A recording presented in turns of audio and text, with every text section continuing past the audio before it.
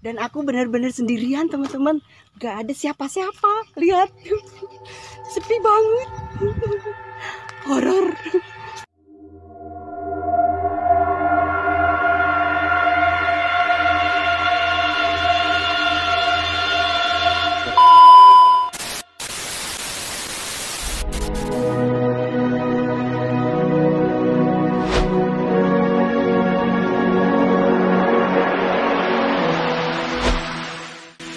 Halo sahabat Rin, apa kabar?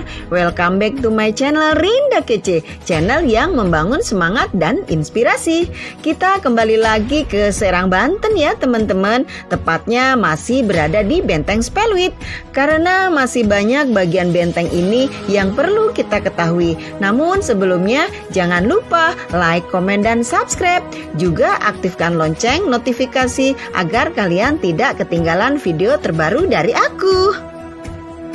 Setelah kita membahas tentang bangunan utama dan komplek pemakaman Kerkhoff yang berada di Benteng Spellwith ini, kali ini aku ingin membahas tentang keberadaan parit besar yang terbentang mengelilingi benteng ini. Namun sebelumnya perlu kalian ketahui bahwa Benteng Spellwith ini berdiri di masa pemerintahan Sultan Haji yang merupakan anak dari Sultan Ageng Tirtayasa. Nah, untuk itu kalian juga perlu tahu tentang sejarah Kerajaan Banten di bawah kepemimpinan Sultan Ageng Tirtayasa yang begitu kuat. Hayo, sama-sama kita telusuri guys.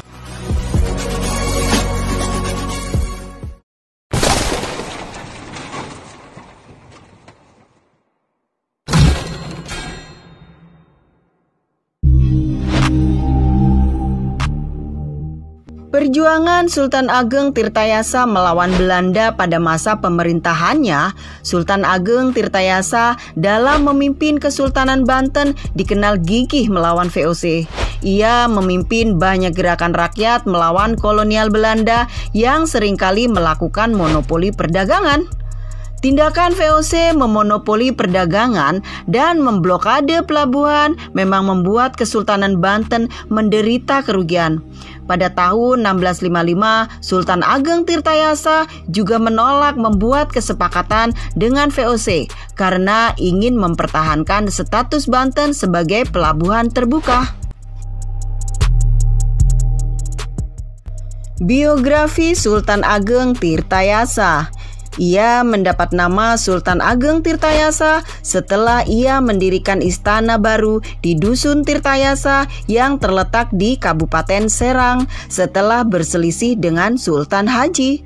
Sultan Ageng Tirtayasa memimpin Kesultanan Banten pada periode antara 1651 sampai 1683.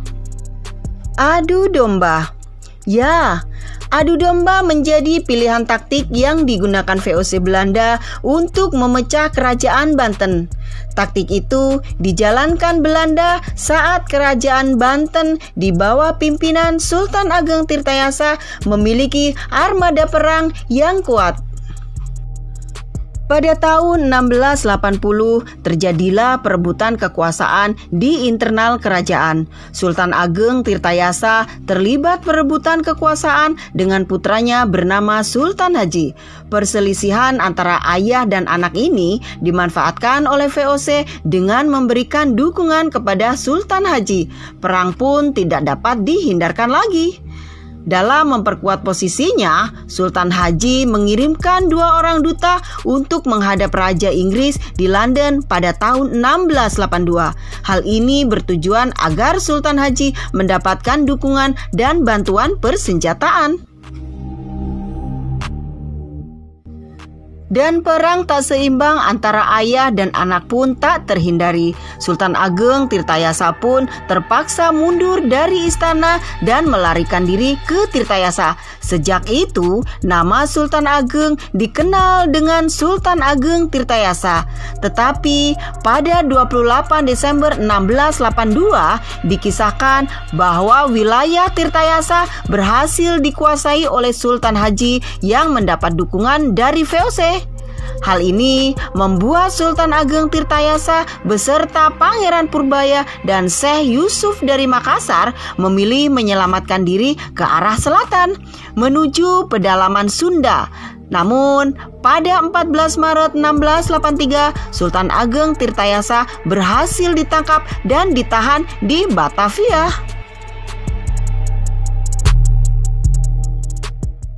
Sultan Ageng Tirtayasa dibawa ke Batavia dan dipenjara di sana sampai meninggal dunia tahun 1692. Jenazah Sultan Ageng Tirtayasa dapat dipulangkan atas permintaan cucunya, yaitu Sultan Abdul Al-Mahazin Zainul Abidin, dan dimakamkan di Komplek Masjid Agung Banten. Wafatnya Sultan Ageng Tirtayasa membawa Banten dalam cengkraman Company. Kerajaan yang jaya dan tangguh itu akhirnya bernasib sama dengan Mataram dan Cirebon. Peperangan mulai reda, namun semangat perlawanan yang dilakukan rakyat Banten tetap tumbuh. Sultan Haji diangkat Belanda sebagai Sultan Banten tahun 1682 dan berkuasa 5 tahun sampai 1687. Tahun 1684 sampai 1685, Belanda mendirikan Benteng Spelwiet. Arsitek bernama Hendrik yang sudah masuk Islam. Masa pemerintahan Sultan Haji diwarnai oleh kerusuhan dan pemberontakan. Karena masa pemerintahan Sultan Haji diwarnai oleh kerusuhan dan pemberontakan di sana-sini, Belanda pun tidak tenang berada di Banten.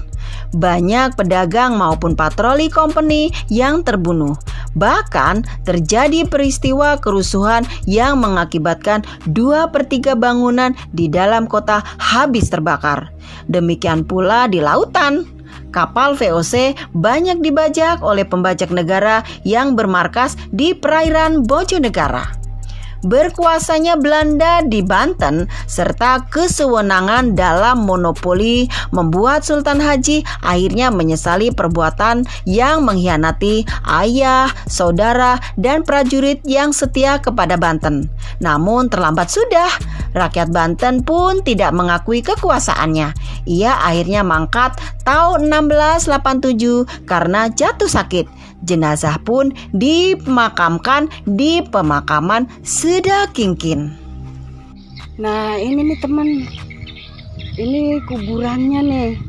Ini kuburan orang Belanda. Tapi kayaknya kita nggak bisa ke sana deh. Soalnya ini nih, ada itu harus dari sana tuh. Nah teman-teman, inilah parit besar yang dimaksud sebagai bagian yang sangat penting dalam komplek Benteng Spelwiet ini. Fakta yang ketiga yaitu terdapat parit yang mengelilingi benteng. Parit ini berfungsi sebagai pertahanan luar benteng ini yang memiliki ketebalan antara 1,5 sampai 2 meter.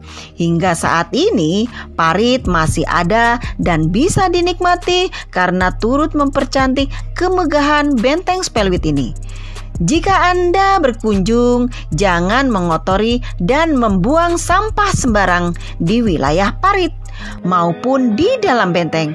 Mari sama-sama menjaga bangunan bersejarah ini.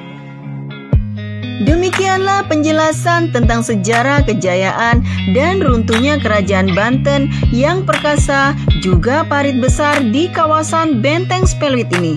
Semoga dapat menambah wawasan teman-teman sekalian. Terima kasih atas segala perhatiannya. Mohon maaf atas segala kesalahan. Sampai jumpa di video selanjutnya. Saya akhiri. Wassalamualaikum warahmatullahi wabarakatuh.